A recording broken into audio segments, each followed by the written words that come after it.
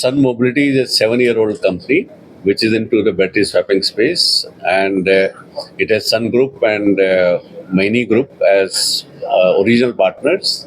On the way, we had investors like Bosch, Vitol, and now Indian Oil. With Indian Oil, it is beyond investment. It is also a joint venture for running the marketing and sales operation for 2 and 3-wheeler segment, and which is already operational by the name Indo Fast Energy, which is a joint venture 50-50 between Sun Mobility and Indian Oil.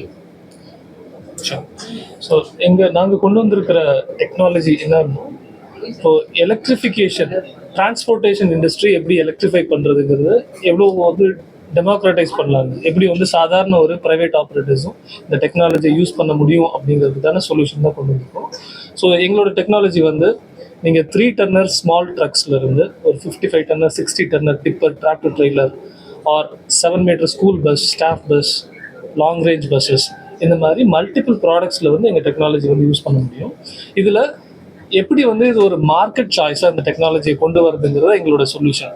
So இது எப்படி பண்ணுறோன்னா, இனிஷியலாக நம்ம electric வெஹிக்கிளை வாங்கும்போது எவ்வளோ high investment இருக்கோ அதெல்லாம் வந்து பிரேக் பண்ணிவிட்டு, எப்படி ஒரு டீசல் வண்டியை ஒரு ஆப்ரேட்டர் வாங்குறோம் அதே காஸ்ட்டில் இனிஷியல் இன்வெஸ்ட்மெண்ட்டு ப்ளஸ் வந்து டெய்லி ஆப்ரேட்டிங் காஸ்ட்டில் டீசலுக்கு எவ்வளோ ஒரு ஸ்பெண்ட் பண்ணுறாரோ அதில் வந்து ஒரு 15-20% சேவிங்ஸ் வந்து அவர் டெய்லியும் பார்க்க முடியுங்கிற மாதிரியான ஒரு சுச்சுவேஷனை க்ரியேட் பண்ணுறது இந்த டெக்னாலஜி. ஸோ இப்போ வந்து நாங்கள் we are working with all vehicle manufacturers, we can explain later. But இப்போ நாங்கள் வந்து ப்ரைவேட் ஆப்ரேட்டர்ஸை ஒவ்வொரு லொக்கேஷன்லையும் போய் அவங்கள மீட் பண்ணி அவங்களுக்கு இந்த டெக்னாலஜி என்னன்னு சொல்லி புரிய வச்சு, எப்படி இது வந்து அவங்களுக்கு வந்து அது அவங்க இதில் இந்த ப்ராடக்டை லைக் பண்ணி எப்படி அவங்க எக்ஸிஸ்டிங் டீசல் வெஹிக்கிளை ரீப்ளேஸ் பண்ண முடியும் அப்படிங்கிறதுக்கான ஒரு ஒர்க் ஷாப் தான் நாங்கள் வந்து கண்டினியூஸாக ரன் பண்ணிருக்கோம். இது எங்களோட 3rd event.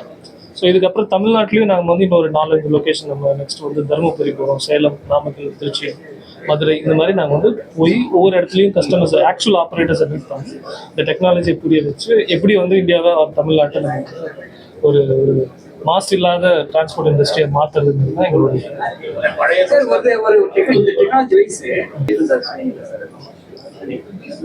Versus IC, it is 15-20% better in TCO terms, and versus fixed, about 10% better. So அதான் சார், இப்போ வந்து ஒரு நார்மல் பஸ் எடுத்துக்கிட்டிங்கன்னா இந்த எலக்ட்ரிக் வண்டியை மாற்றுறதுக்கான காம்பனன்ட்ஸ் மட்டுக்கான காஸ்ட் வந்து ஒரு 15-16 lakhs ஆகும். அது இல்லாமல் பாடியில் கொஞ்சம் மாடிஃபிகேஷன் பண்ணுற மாதிரி இருக்கும், அதுக்கு வந்து ஒரு 2-3 lakhs மினிமம் ஆகும். வண்டி கண்டிஷனை பொறுத்து வந்து இப்போ ஒரு 5 years up to 5 years வந்து பெரிய பிரச்சனை இருக்குது. 5 yearsக்கு மேலே போச்சுன்னா வெஹிக்கிள் பாடி வந்து ரீஃபர்பிஷ் பண்ணுற மாதிரி இருக்கும், அதுக்கான காஸ்ட் ஆகிடும். பார்த்தீங்கன்னா every 50 kilometers highway of course provided மற்ற டவுன்ஸ் அண்ட் சிட்டிஸ் எல்லாம் கவர் பண்ணிட்டு, ஹைவேஸில் எவ்ரி 50 kilometer ஒன் சைடு ஒரு ஸ்டேஷன் இருக்கும். அதே மாதிரி அந்த ஆப்போசிட் சைட்ல இதே மாதிரி எவ்ரி 50 kilometers இருக்கு. ஸோ டெக்னிக்கலாக பார்த்தீங்கன்னா every 25 kilometers ஆகிதான். In India, you have 7 highways which caters to 50% of freight movement. Total distance is 12,000 kilometers.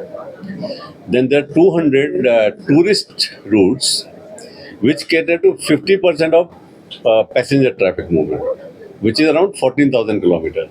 So total 25-26,000 kilometers, you can cover 50% of India in terms of freight and passenger movement. So there, if I, like Baki said, every 50 kilometers if I put up, so it will come to around 1,000 swap station to cover 50% of market.